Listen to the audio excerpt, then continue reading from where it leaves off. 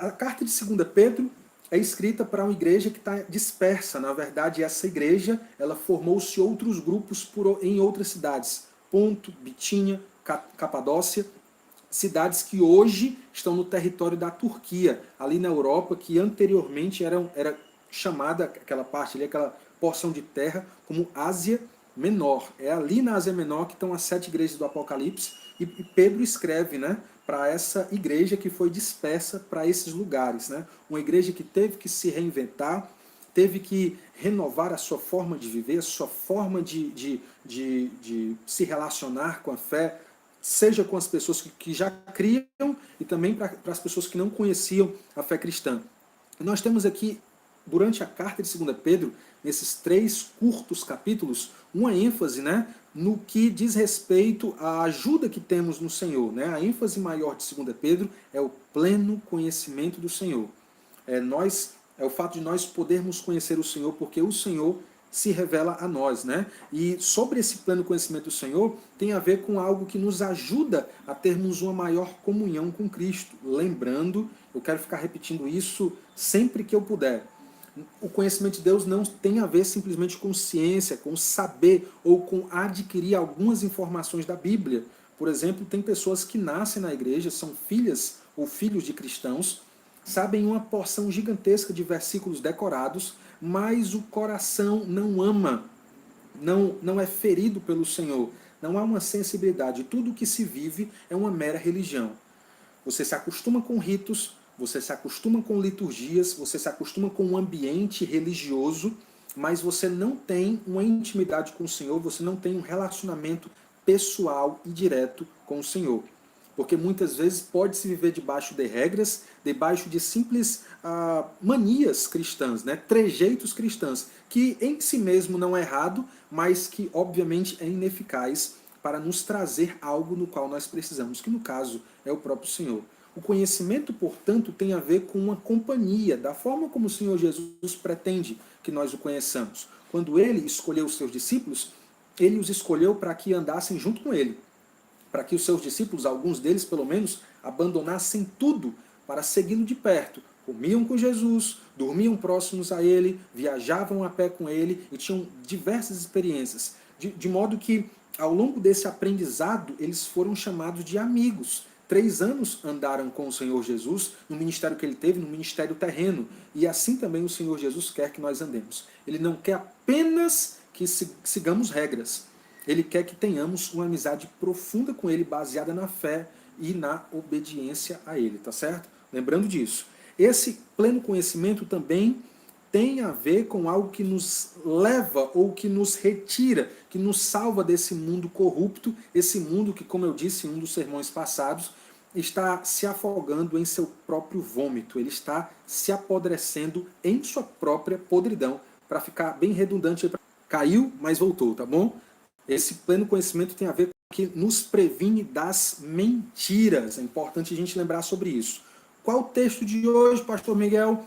Hoje estamos em 2 Pedro, capítulo 1, verso 16 até o 21. Eu quero ler para vocês. Estou lendo aqui na Nova Versão Internacional. Por favor, me acompanhe, você que tem Bíblia. Se você não tem Bíblia, me escute com toda a atenção que você puder dar a mim, tá bom? 2 Pedro, capítulo 1, do verso 16 até o verso 21, eu quero ler para vocês. É uma leitura difícil, é um texto difícil, e eu estou aqui só na misericórdia, meu amado irmão Ozete, só para que eu possa falar a verdade sem que nenhuma mentira possa estar na minha boca e nem chegando nos ouvidos ou no coração de vocês, tá bom? Vamos lá. De fato, não seguimos fábulas engenhosamente inventadas quando lhes falamos a respeito do poder e da vinda do nosso Senhor Jesus Cristo. Ao contrário, nós fomos testemunhas oculares da sua majestade.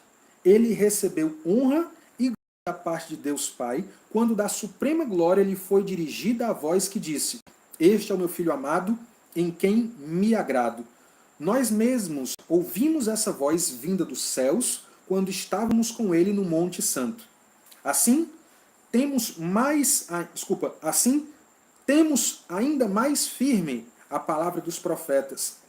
E vocês farão bem se a ela prestarem atenção, como a uma candeia que brilha em um lugar escuro, até que o dia clareie e a estrela da alva nasça no coração de vocês.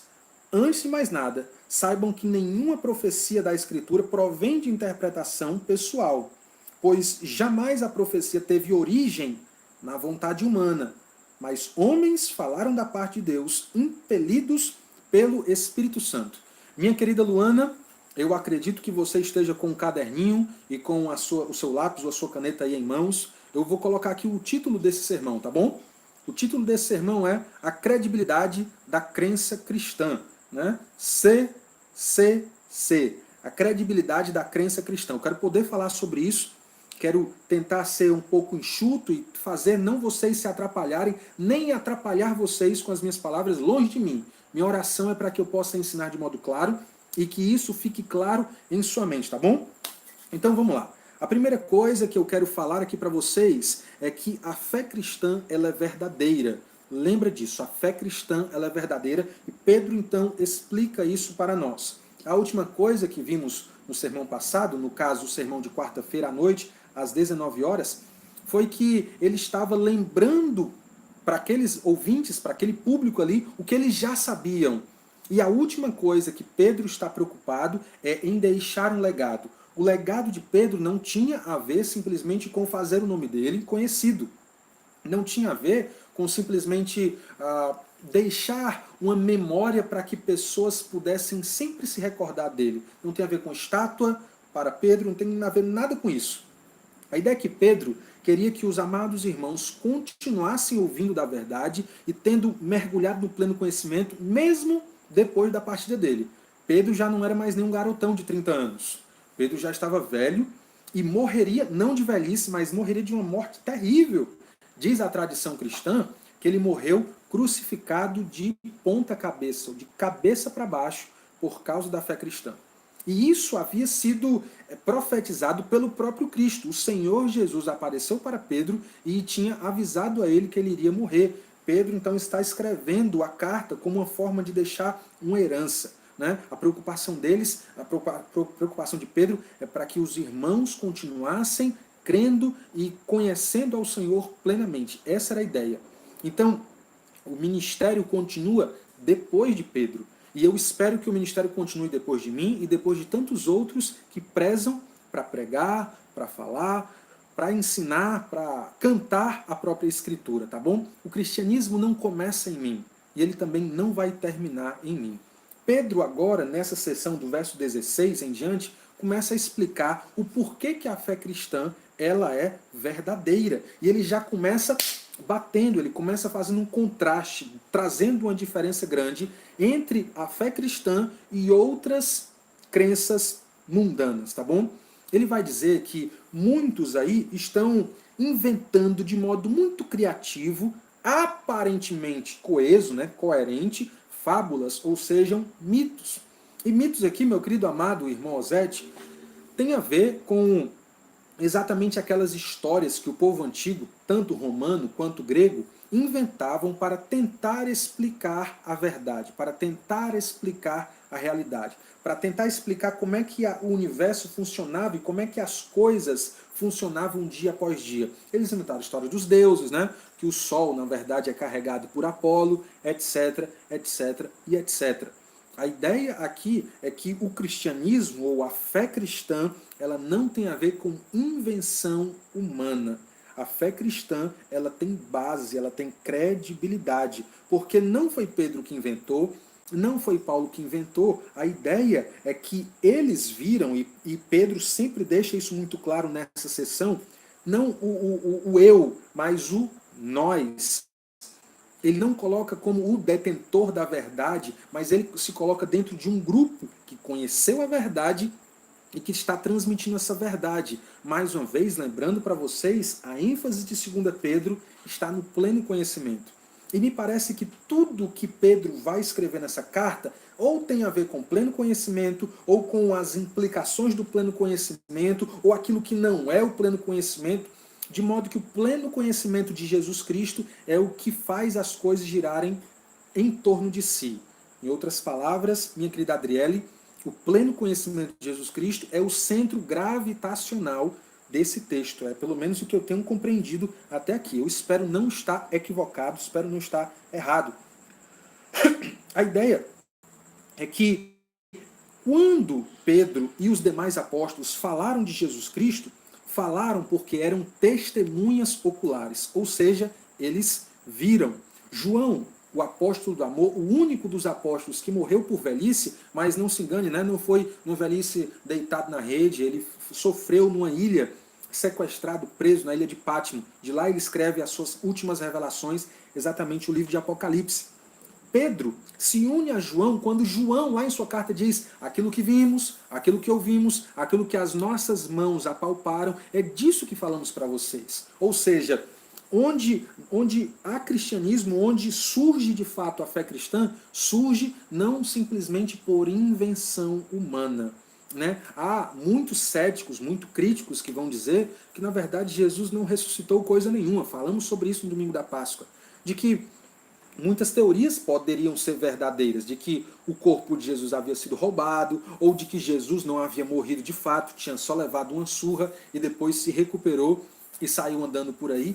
Muitas pessoas negam a veracidade da ressurreição, tentando aqui mostrar que o cristianismo na verdade é uma farsa. Que na verdade Jesus Cristo foi só um homem popular que pregou bem, que manifestou amor por palavras e por ações, mas que a divinização de Cristo, ou seja, a ressurreição, na verdade não é fato. Isso aí é exatamente um Cristo que veio da proclamação dos apóstolos. Em outras palavras, Jesus foi só um homem normal e os discípulos é que inventaram firula a respeito de Jesus. A fé cristã não diz isso. Jesus não veio simplesmente mostrar o amor. Jesus Cristo é de fato o Filho de Deus que veio trazer com ele a mensagem do reino, um reino que viria em glória, e sobre isso eu quero comentar daqui a pouquinho. Por favor, tenham paciência com este miserável pecador aqui, tá bom? Pedro e os demais apóstolos eram testemunhas oculares, viram, ouviram, estava lá, né? E ele mostra aqui, a partir do verso 17, que exatamente em uma situação muito específica, onde a glória da parte de Deus aparece para Jesus Cristo. Né? Nós temos ali a história do Monte da Transfiguração, é uma história incrível, uma história maravilhosa, onde Pedro, Tiago e João, três, não apenas um, estavam ali com Jesus, e Jesus ali, como diz Isaías, né, 53, sem aparência bela alguma. Jesus, um homem normal, fisicamente, aparentemente normal, sem nenhuma formosura, o profeta até diria. Mas em algum momento aparece uma luz tão grande e as roupas ficam tão brancas, tão brancas, tão brancas, que doía nos olhos. E então aparece dois corpos ali, né, glorificados, o de Elias e o de Moisés. Muito importante isso. Deixe-me fazer aqui um paralelo, né? Os queridos que aderiram à filosofia, ao pensamento espírita, né? A filosofia espírita kardecista, vão acreditar que o João Batista, o meio primo de Jesus, o último profeta da antiga aliança, era de fato a reencarnação de Elias. Mas deixe-me falar uma coisa. Se, de fato, Elias tivesse aparecido aqui, tivesse numa aparição, né, numa materialização aqui, era para aparecer como Elias ou como João Batista? Né? Era para aparecer, segundo a filosofia de Allan Kardec, pela aparência da última encarnação, que no caso seria Elias, mas não, como João Batista, mas não, ele aparece como Elias. Quero só mostrar que a filosofia espírita kardecista tem seus furos porque é baseada em mentira, é baseada em experiência. Eu quero falar sobre isso daqui a pouquinho, por favor, me aguarde em nome de Jesus. A ideia é que Pedro, então, olha e vê Jesus com um formato diferente, numa aparência diferente, muito mais belo, glorioso, e do seu lado Elias, do seu lado Moisés. E aí uma voz do alto estronda do céu, dizendo: esse aí é o meu filho amado, em quem eu tenho prazer, ou em quem eu me agrado. Né? Pedro fica louco com aquela visão, juntamente com Tiago e João. E ele até, em um dos momentos dessa visão, pede para Jesus: Senhor, tá bom que a gente fica aqui, vamos arrumar 3 tendas, né? Uma para o Senhor, outra para Elias, outra para Moisés, mas logo a visão, aquela percepção da glória futura, ela é interrompida. Qual a interpretação que Pedro dá através disso? Se ele diz, então, que a fé cristã ela é uma fé verdadeira, na fé cristã ela é verdadeira, porque os profetas haviam prenunciado ela. Moisés e Elias simbolizam a lei e os profetas, meu querido Ariel, que tem me acompanhado até aqui.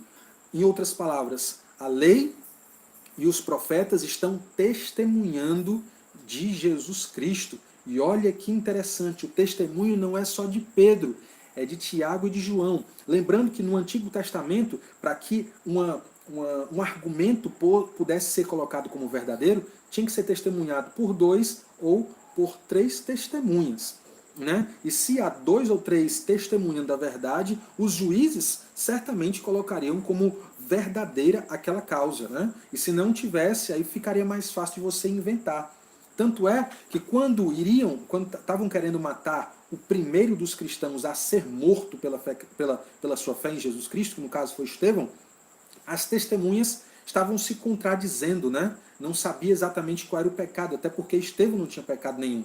As testemunhas também queriam que Jesus morresse, não tinham a menor coerência. Mesmo assim, Jesus Cristo injustamente foi condenado à morte pelos homens, mas sim, por plano de Deus, estava tudo decretado. A voz dizia, este é meu filho amado, em quem me agrado. John MacArthur vai trazer a ideia de que Deus, o Pai, está falando para que os que estavam ali pudessem ouvir com muita clareza que Jesus era da mesma essência que ele. A ideia aqui é que o reino do Senhor estava sendo aqui percebido, né? Uma ideia futura do reino estava percebido. Lembra quando Jesus, um pouquinho antes, fala que, ó, tem alguns de vocês aqui que não vão morrer até ver o reino vindo em glória, né?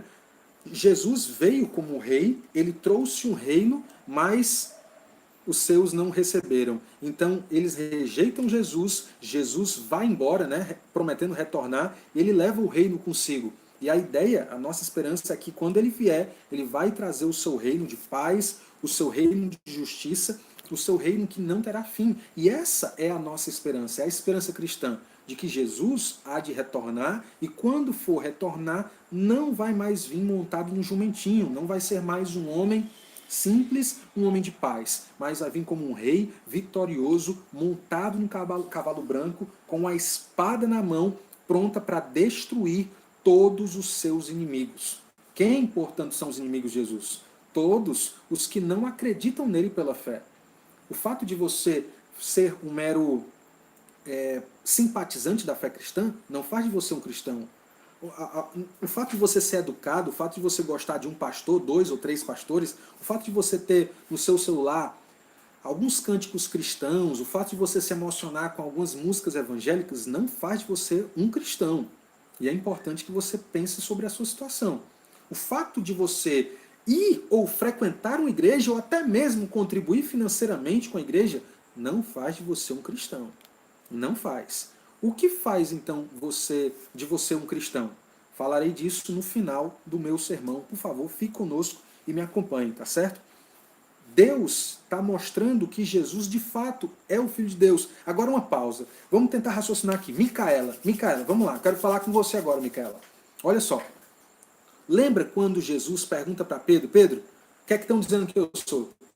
E lembra, né? Elias, falam. E o que é que vocês dizem que eu sou? E Pedro então responde, tu és o Cristo, o Filho do Deus vivo. E então Jesus ali tem uma cena maravilhosa com Pedro, bem-aventurado Simão, filho de Jonas, porque não foi nem carne nem sangue que te revelou essa verdade, mas foi o Pai que está nos céus. Olha só, a fé de Pedro era exatamente a confiança na identidade do Senhor Jesus Cristo. Ele acreditava que Jesus era o Filho de Deus. A fé, então, é a certeza das coisas que nós não vemos.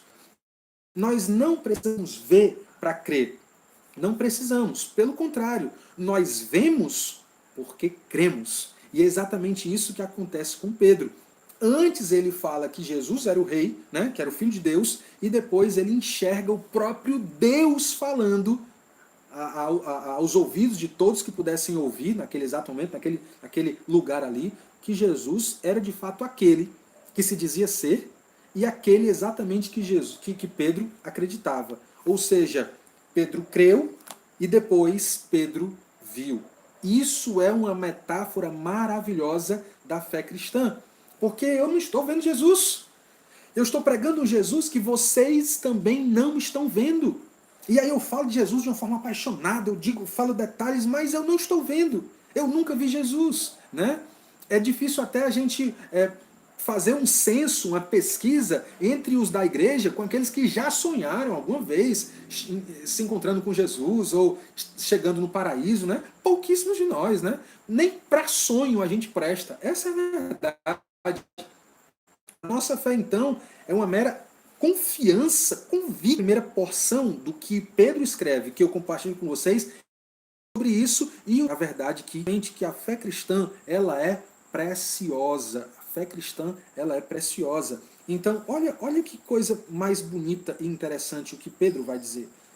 Assim também, ainda mais firme a palavra dos profetas, e vocês farão bem se a ela prestarem atenção, como uma candeia que brilha em lugar escuro até que o dia clareie e a estrela da alva nasça no coração de vocês. Qual a ideia aqui?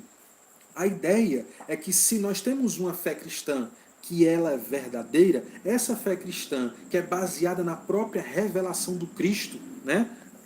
Carimbada, né? Confirmada pelo próprio Deus Pai, tendo aqui Moisés, Elias, os profetas e os apóstolos concordando, queridos, se nós temos essa revelação, e essa revelação está completa aqui entre nós, o que devemos fazer então? Nos apegar firmemente. Né? A ideia é que não sejamos apenas meros leitores da palavra ou meros curiosos. A ideia é que sejamos discípulos responsáveis, que vão aqui por diligência, por disciplina, mas acima de tudo por gratidão e fé, seguir e conhecer e tentar aprender. Por quê?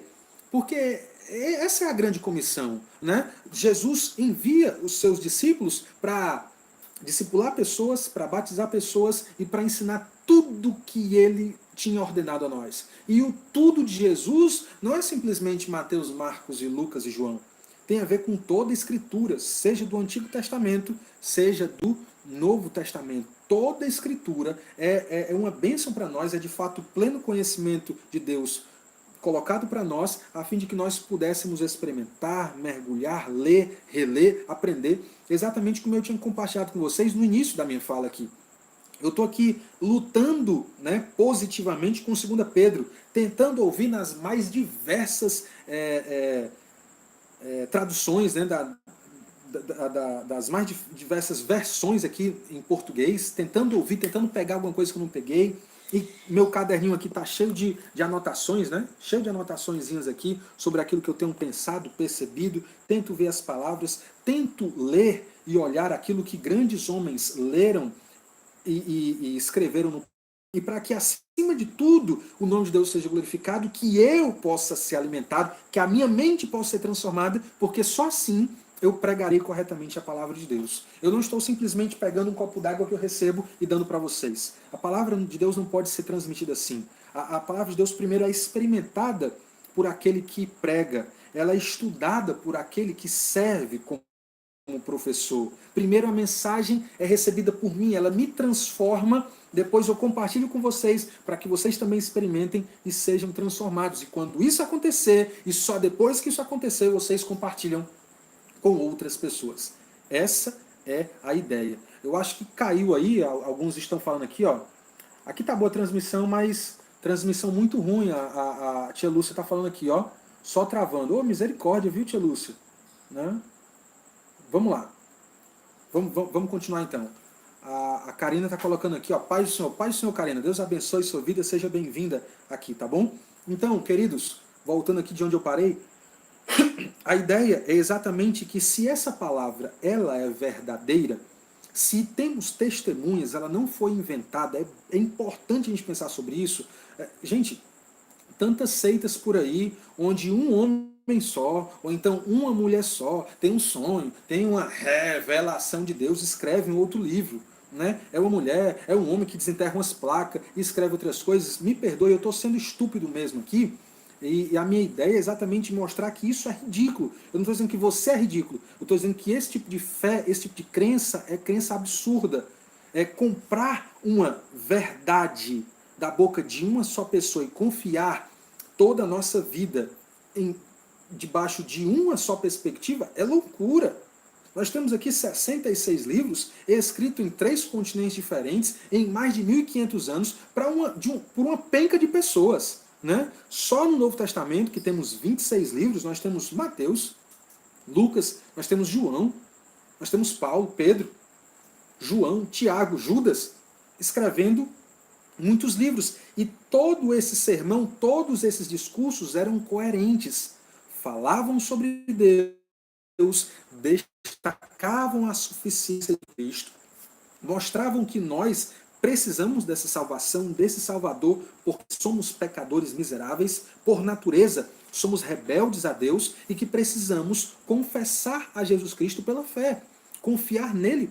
É exatamente aquilo que nós precisamos fazer. A fé, como diz John MacArthur, é a capacidade de se confiar em Jesus, né, de uma forma que trazemos ele para sermos o nosso Salvador. Essa é exatamente a ideia. Então, essa mensagem era coerente. A partir do momento em que você precisa de algo no mesmo pé de igualdade com a Bíblia, mas foi uma pessoa só que escreveu e inventou um bocado de coisa. Pessoas que não se tem notícia, lugares que não se tem nem ideia, né? Nenhum tipo de documento. Não. Eu estou fora disso. Porque quando eu olho para a Bíblia, eu tenho pessoas que existiram de verdade.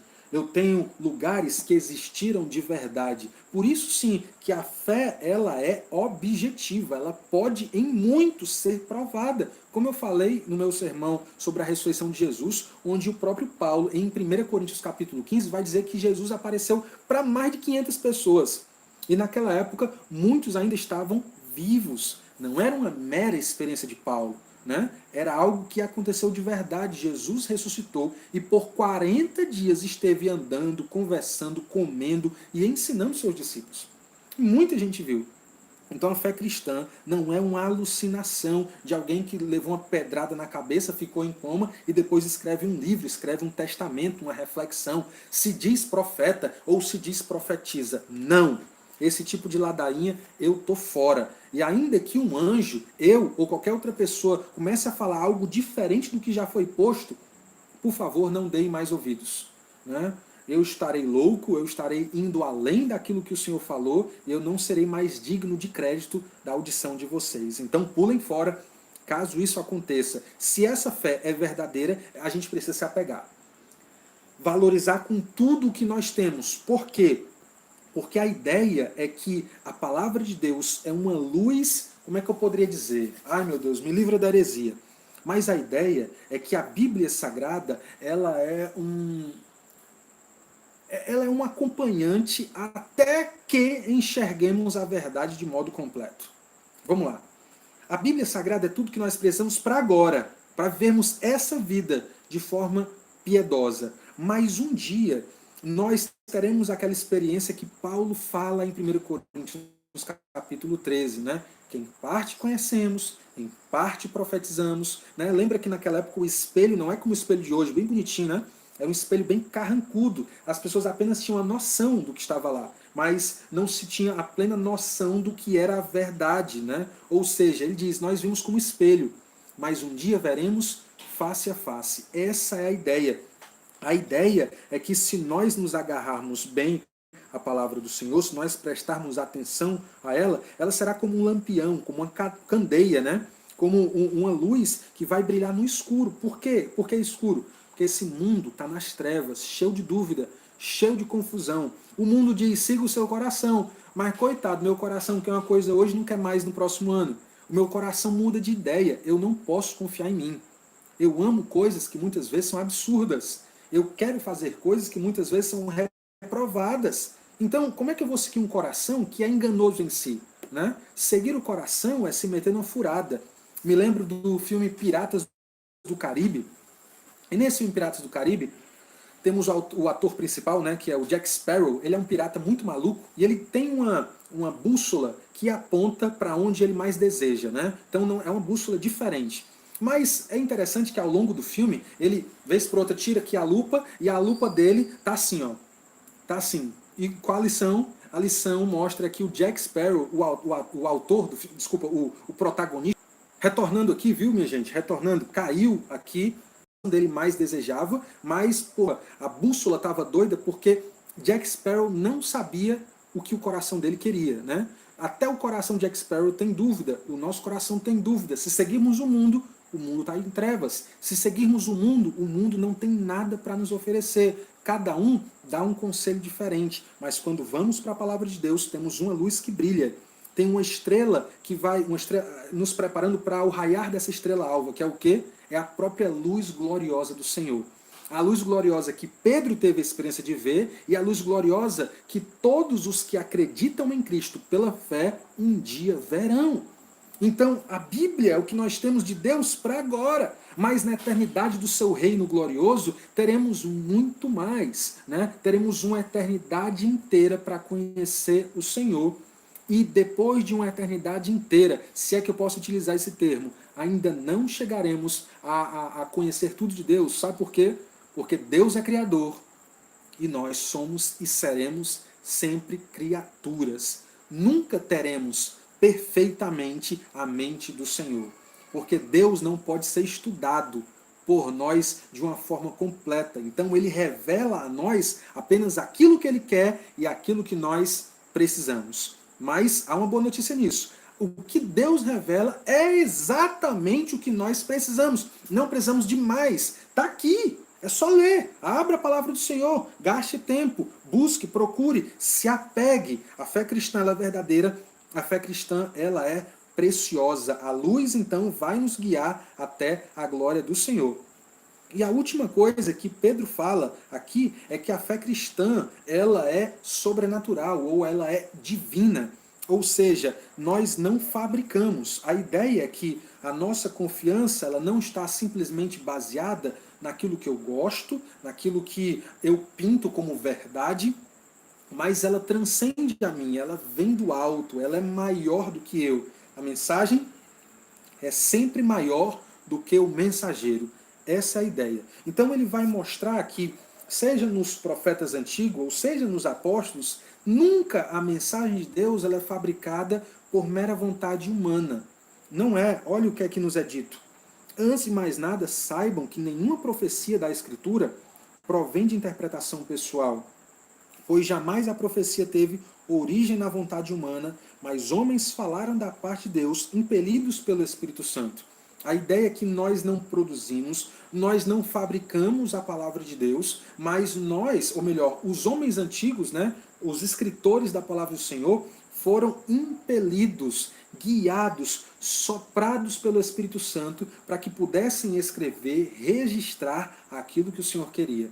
Desse modo, a Bíblia, sim, a Bíblia é o livro do homem, porque muitos autores, em muitos idiomas, né, hebraico, aramaico, grego, escreveram a palavra do Senhor. Em muitos continentes, 3 continentes, e durante 1500 anos. Sim, gêneros literários diferentes, né? Nós temos aqui a lei no Antigo Testamento, temos uma poesia hebraica nos Salmos, em outros livros. Nós temos aqui um estilo de escrita, né, que é o estilo de profecia diferente, um desafio para nós. Nós temos os evangelhos, uma narrativa histórica, e nós temos também cartas, né, escritas aqui no Novo Testamento. Sim, a Bíblia é o livro do homem, mas a Bíblia é o livro de Deus, porque é o Espírito Santo que traz coerência entre todos os autores, de modo que nenhum falam de modo contrário ao que já foi falado, mas que complementam. Paulo não fala o que está contrário a Tiago, nem vice-versa. Pelo contrário, Tiago e Paulo se complementam. E essa é a ideia. Tudo o que nós lemos é algo que é coeso exatamente porque o Espírito Santo faz ser essa verdade unida. É o Espírito Santo que traz, então, o conhecimento do Senhor. É o Espírito Santo que revela. Então, ele usa as experiências dos homens, ele usa a mão dos homens, mas ele está guiando todo o projeto. E o autógrafo final, como nós tecnicamente nos referimos, né, aos primeiros manuscritos, é aprovado pelo Espírito Santo. Então, meus queridos, a fé cristã ela não vem de homens, ela não é uma invenção, ela é direcionada pelo Espírito Santo. Então, quais princípios, ou qual princípio eu queria destacar essa noite, antes de eu chegar aqui à minha aplicação? Eu percebo aqui, tem algumas pessoas comentando que a internet está caindo, né? E a Juliana está colocando aqui que a imagem está um pouco ruim, mas o áudio está ótimo, né? A Milka está dizendo, reinicia o roteador? Não, pelo amor de Deus, né? Senão vai tudo pelo brejo aqui. A Vivi está dizendo que o áudio está bom também. Vivi, a aparência aqui, o visual, tá legal ou tá travando muito? Me ajudem aí, pessoal, por favor. Gisele está colocando aqui travou, Sibeli está dizendo travou. O Aldísio entrou aqui, ó, grande pastor Miguel, um privilégio poder ouvir mais esta mensagem, obrigado, que o bom Deus o preserve com abundante graça. Aldísio, meu querido, grande abraço para você, saudade medonha de você, tá bom? E aí, pessoal, como é que tá aí a Natália está dizendo que tá ótimo, né? Tá bom. O Denis está colocando aqui, melhorou, né? O visual, irmão José, não é a minha aparência não, é exatamente a cena que está tudo bem direitinho. Então vamos lá. Vocês estão dizendo que tá bom? Beleza. A Gisele está dizendo que diminui a resolução para melhorar a transmissão. Tá bom. Luan está dizendo que voltou ao normal. Ryan está dizendo que travou. Irmãos, misericórdia, né? Misericórdia aqui para as nossas lives. Então, deixe-me aqui trazer um ponto que eu julgo ser o ponto mais importante. Eu acredito que o ponto mais importante que eu desejo destacar aqui com vocês é exatamente o Cristo glorificado. É muito importante a gente pensar sobre isso, porque Cristo estava se preparando para tomar a sua cruz. Cristo já havia falado para os seus discípulos que ele ia ser entregue nas mãos de homens cruéis, né? Das autoridades religiosas judaicas e também das autoridades políticas romanas. Ele iria ser crucificado. E essa paixão, né, o que levaria à cruz, seria abandono, negação, seus discípulos o trairiam, etc. e etc. Pedro, então, né, como é que eu poderia dizer? Ingenuamente, né, fala, não, senhor, isso não vai acontecer nada não. E Jesus o repreende porque essas palavras vinham diretamente do maligno, né, tentando mostrar para Jesus que era possível ter a glória sem antes ter a cruz. E é exatamente isso que eu quero comentar aqui. Antes da crucificação, antes do pior momento de toda a existência do Senhor Jesus Cristo, o momento onde ele iria levar os pecados de todos os que nele creriam, né, os pecados de nós, seres humanos terríveis e cruéis, para aquela cruz, e naquela cruz ele seria amaldiçoado, porque todo o que fosse pendurado no madeiro seria amaldiçoado. Cristo, então, se faria pecador por nós pecadores e seria abandonado pelo próprio Pai, né? Tanto é que ele fala lá, ele brada, Deus meu, por que me desamparaste? Em Isaías 53 vai trazer a ideia de que Deus agradou moê-lo. Ele foi ferido pelas nossas iniquidades, né? Ele foi maltratado exatamente por causa dos nossos pecados. Esse seria, então, o pior momento da vida de Jesus. Mas preste bem atenção. Deus, o Pai, o consola mostrando que depois da cruz viria a glória. E é muito importante pensarmos sobre isso. A percepção da glória futura, a presença de Elias e de Moisés e a voz do Pai dizendo, esse é o meu filho amado, em quem eu tenho prazer, mostra para nós que nós temos uma grande implicação para trazer a nossa própria vida, né? Nós temos um caminho de glória futura. A Bíblia, que é a luz dentro de nós, que nos prepara para ver a glória do Senhor, o conhecimento que hoje está em nós, por meio das promessas, que nos prepara para alcançarmos o reino em um futuro próximo ou distante, eu não sei, eu só sei que vai acontecer, é exatamente a mesma implicação que foi para a vida de Jesus. Hoje estamos vivendo uma vida difícil.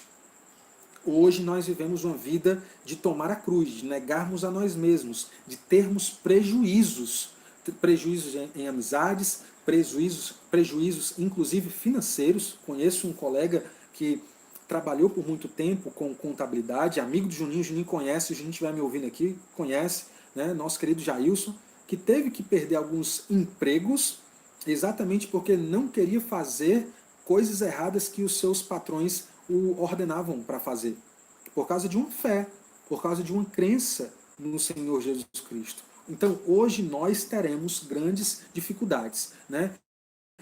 Lidaremos com o sofrimento, lidaremos com dor, com a injustiça nesse mundo, com a morte dos nossos amigos, dos nossos parentes, de irmãos de fé e a nossa própria morte.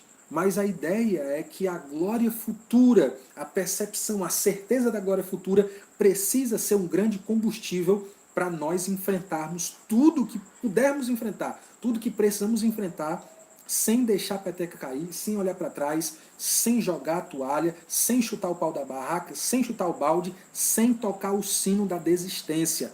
Não. A percepção da glória, a ver o Cristo glorioso, entender que Cristo é glorioso, Ele é Filho de Deus e vai vir com o reino, me dá força para continuar perdendo o que mais eu precisar perder. Eu não quero me fazer de coitadinho aqui, tá bom? Porque eu não sou um coitadinho. Estou aqui tentando simplesmente compartilhar minha experiência. Queridos, abandonar uma vida, abandonar pecados, abandonar práticas, quem sabe até amizades nocivas, por causa de Jesus, é sempre uma perda. Mas ele fala que durante essa perda, nós vamos ter algo incrível e maravilhoso, que é ter mais dele.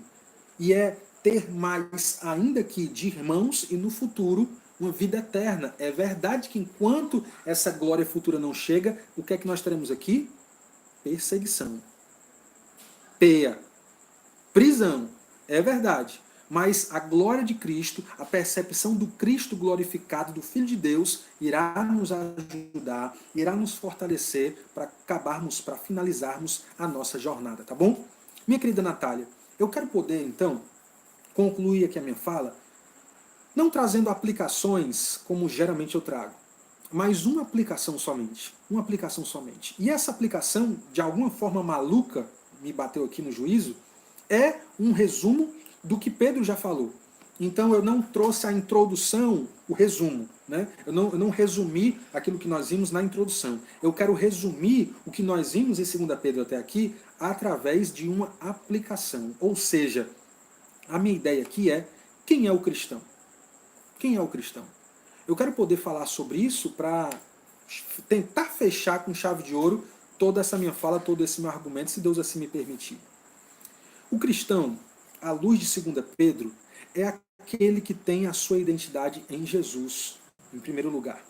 Pedro, Simão Pedro, ele diz, né, servo e apóstolo de Jesus Cristo. É ele que nos mostra que a nossa identidade, em primeiro lugar, não se baseia na compreensão que temos sobre nós mesmos, nem na compreensão que as pessoas têm sobre nós mesmos. A nossa identidade não tem a ver com aquilo que nós sentimos, ou com aquilo que desejamos. Né? Ah, pastor, eu sinto isso, eu desejo isso, logo eu sou isso. Quem disse, cara? Quem disse isso? Quem disse que tem que ser assim? Né? Quem disse que tem que ser assim? Me recordo de uma vez, olhando para um sermão, na verdade era uma entrevista, um testemunho, de um pastor americano que por talvez 30 ou 40 anos havia vivido na homossexualidade. Ele narra a sua história e enquanto ele conversava com pessoas que viviam no mesmo passado que ele viveu, e as pessoas muitas vezes falavam assim, ó, ah pastor, mas eu nasci assim. E a resposta dele era, você nasceu assim? Pois a mensagem que eu trago para você é de um novo nascimento. É de um recomeço em Jesus Cristo. Não importa exatamente aquilo que você viveu. O que importa é aquilo que Cristo fez para que pudéssemos viver a vida dele. O que importa é que a morte de Jesus nos liberta da morte e a ressurreição de Jesus nos dá esperança de uma nova vida, de um novo começo, de uma novidade de vida. Essa é a ideia. Então, em primeiro lugar, o cristão é aquele que tem a sua identidade em Jesus. Por favor, lembre disso. Em segundo lugar, o cristão é aquele que é presenteado pela fé, tá certo? Na verdade, por fé, né? O cristão é aquele que recebe como presente a fé verdadeira, a fé que salva. Lembrando para vocês que a fé que salva não é meramente especulação minha, não é simplesmente o meu valor pelo transcendente, pelo algo espiritual, não é a minha busca pelo misticismo, mas é a confiança, é a capacidade de confiar em Jesus pela fé, é a capacidade de acreditar em Jesus como Salvador, como Senhor de nossa vida. E aí isso nos leva ao terceiro ponto, né? O que é ser cristão? Quem é o cristão? Cristão é aquele que recebe Jesus pela fé. Ora, a fé nos é entregue e usamos essa fé para receber Jesus, como diz o evangelista João. Mas todos aqueles que o receberam, Deus deu-lhes o poder de se tornarem feitos filhos de Deus. Quando recebemos a Jesus, nos tornamos então filhos de Deus. O cristão é aquele que recebe de Jesus o que precisa para viver esta vida. O cristão é aquele que não está abandonado em sua própria força. Ele tem um manual, ele tem um alimento espiritual, ele tem uma bússola definida que nos leva exatamente para onde nós deveríamos e devemos estar, que é exatamente pertinho do Senhor.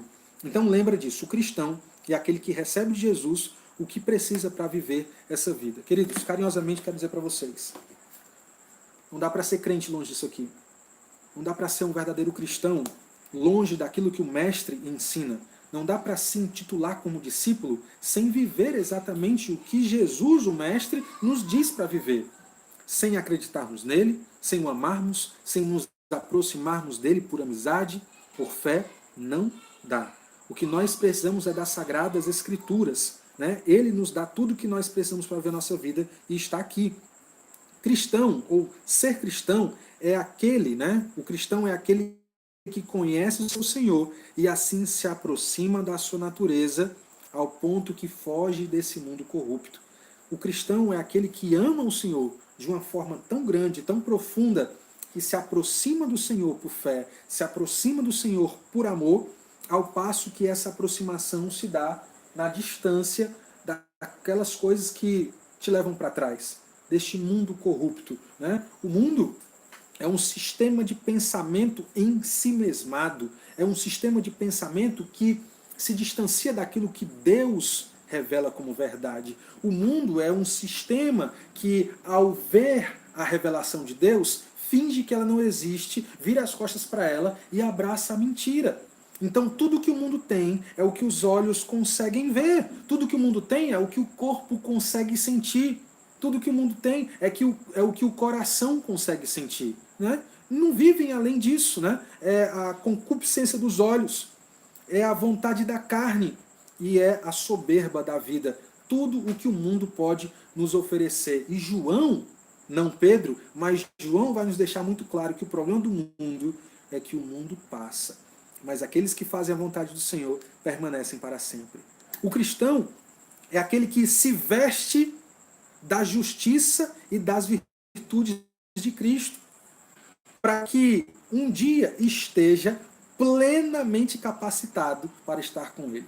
Ou seja, nós imitamos a Cristo, nós, como disse C.S. Lewis, né, nos tornamos pequenos cristos, né? Quando nós oramos, oramos em nome de Cristo. Quando temos virtudes para alcançar, como fé, virtude, conhecimento, domínio próprio, perseverança, piedade, fraternidade e amor, temos nada mais do que as próprias características de Cristo para imitarmos. Então, quanto mais eu imito ao Senhor Jesus Cristo, através do meu relacionamento, através do conhecimento que eu estou buscando dele, eu estou me preparando para encontrar com ele. Essa é a verdade. O Senhor não muda a minha personalidade, mas o Senhor muda o meu caráter. Isso é ser um cristão. A pergunta, portanto, que eu faço no final dessa minha fala é: você é um cristão ou você é simplesmente um religioso? Quem sabe um religioso da fé evangélica ou um religioso de si mesmo? A pergunta é: o que é ou como você tem guiado e moldado a sua própria vida?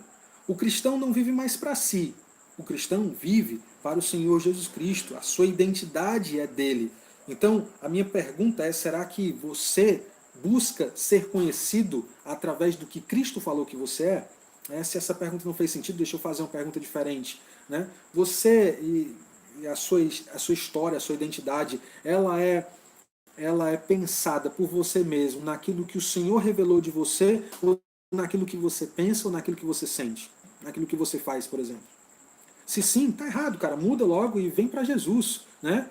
Diz não para você mesmo, se anule, porque quanto mais nós nos anulamos ou nos mortificamos por causa de Jesus, mais encontramos vida. Porque aqueles que querem proteger a sua própria vida já perderam, mas aqueles que querem perder sua vida por amor a Cristo e a causa do seu Evangelho, encontram vida eterna, encontram vida abundante. A fé cristã é receber Jesus. Essa fé cristã ela é verdadeira, ela é preciosa e ela nos prepara para o Senhor. Então o meu desejo é que você entenda o que é ser cristão, para que você não se sinta enganado, nem por você mesmo, nem por outras pessoas. Pense sobre isso, lembre disso, e eu quero poder finalizar aqui com a oração, depois eu quero ler algumas mensagens, e a gente já se prepara para o nosso final, tá bom? Deus abençoe a sua vida, por favor, feche seus olhos, ore comigo, para que tenhamos uma compreensão vinda diretamente do Senhor, tá bom?